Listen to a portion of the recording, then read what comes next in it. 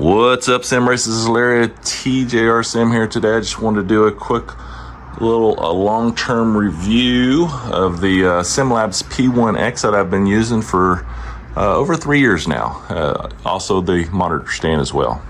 Let's get into it.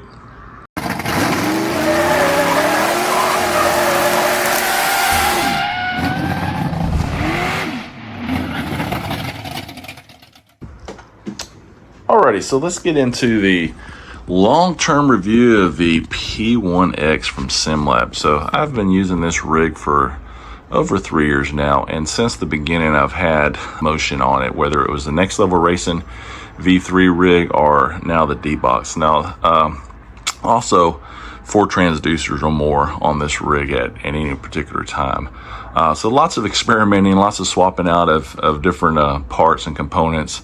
Pretty much had the AccuForce on here ever since. I've had the AccuForce up there, the direct drive wheel, since the beginning as well. So it has obviously been tugging, with 13 Newton meters of force on it, peaks to 16.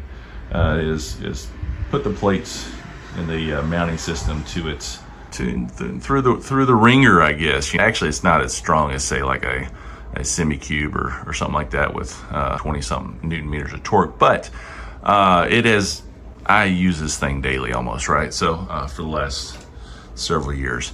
And motion, of course, as well, I use it quite a bit. Now, the latest addition has been this D-Box system here, which is now lifting and torquing the whole rig all together. And I don't see anybody ever talk about long-term reviews of, say, these rigs here, especially with motion. How do they actually hold up with motion on it? And I can say that out of all these 3+ years now going on, and you can check out the build videos on the channel as well. I'll leave some links in the description. But I've never even had to tighten up a screw on this rig. Once I've torqued down the mounting for each end connection here and seats and anything that I've tightened down, the pedals or the what do you call it, the deck here that's going to hold your drive system, in my case the AccuForce or your Fanatic or whatever. Now this is the flat deck. You could also get the one that's forward facing for say like the SemiCube or SimMagic or what else, well, actually nowadays you could even get it with the Asetek as well, which they have their own setup in the front. But it's just rock solid. It literally rock solid.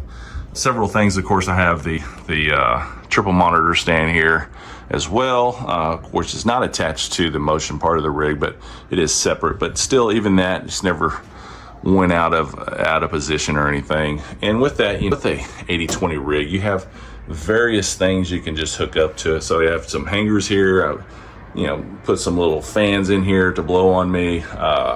Sim Sports Gadget mounting plates here for my speaker plates as well. And just as you think of things, as you grow, as this hobby grows within you, various shifters has been on here. You can just mount it up. You don't have to worry about it. Now, so if you're doing something like, say, tubing rigs, which I really like the way they look, Track Racer has some of those as well, and they look baller. But and say like R seat, I used to have an R seat as well. They look good, but you always have this complication of mounting things up to it. You got to get a special plate or find a plate that someone makes to mount to it. Where 80/20, you just, as long as you have a slot here on the sides or something, you can just mount it up to it, or get you a solid steel plate and come off the side with it. But it is just so rigid compared to the tubing systems that you would get when you mount accessories to it. So handbrake, you just mount straight on. Up here, I have another piece of 80/20 right here that I had extra in the box, and so mounted the Husenfeld plate that you can get from SimLabs straight up to there. Just super strong, super steady. All these adjustments here for the wheel deck here, I've never had to, once I set it, I just set it and forget it. I don't have to do anything with it. Same with the pedal deck, as much as you're pushing on it, with this heavy load cell system, all the vibrations with the transducers, and then of course with the D-Box, putting this whole rig itself in motion for the past, I guess, 3 months now. Man, I still haven't had to change or retighten any bolts anywhere on this rig, which has been really remarkable. I don't even hear loose vibrations of nuts or anything on this whole rig. So, man, it has been solid, I gotta tell you. Really impressed with the rigidity of this rig. So, that's really the gist of it here is the longevity of this. I would suggest if you're going to use direct drive wheels, go with something solid like the SimLabs. I think Track Racer, the TR series, they have 80/20 as well. And actually, all of the name brand people, except I don't think R-Seed has one yet. Maybe they do. Drop a comment below, if R-Seed has it. I don't recall it off the top of my head, but most people, 90% of the population or the manufacturers, are actually going with 80/20 alternatives because they see the value of it, and the customers, really that's what the customers are demanding, is a one-stop shop to mount up anything you want to the rig as your hobby grows. So yeah, I would recommend, definitely would recommend SimLabs to anybody that's looking for a solid rig, that is. The newer version they have is the SimLabs P1 Pro, which is basically the same build with a little bit more artistic design for where you'd mount your levers and stuff, your sequential shifters, H-pattern shifters and stuff. Looks a little bit cooler looking, I think, to me. The only thing I don't really like about it is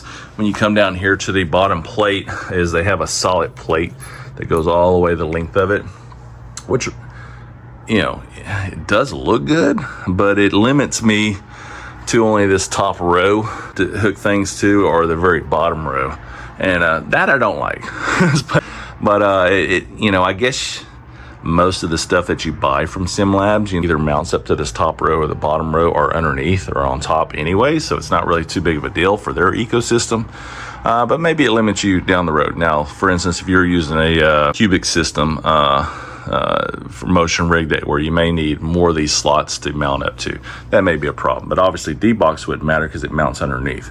But that's just some things to keep in mind. Different motion system that you may hook up to, say the P1X Pro, may limit you, but then again, it may not. Just something you got to look into. It's easy enough though with 80/20 that you could build something off of this and connect it and put basically you could get another one of these well, this is 80/20, right? So you could get another series of this plate, mount it to here as well, and then have 4 slots, so to speak, right? There's all kind of things you can do, workarounds that you can do with 80/20 rigs. So, but yeah, just a quick little long-term review here of this. There's, if there was something bad to say, I would say it, but there's really nothing bad to say here. Even the pedal plates stay solid. Everything just says it's just a solid built rig. So, highly would endorse this rig to anybody that is looking for something extremely stout, a one-stop shop build.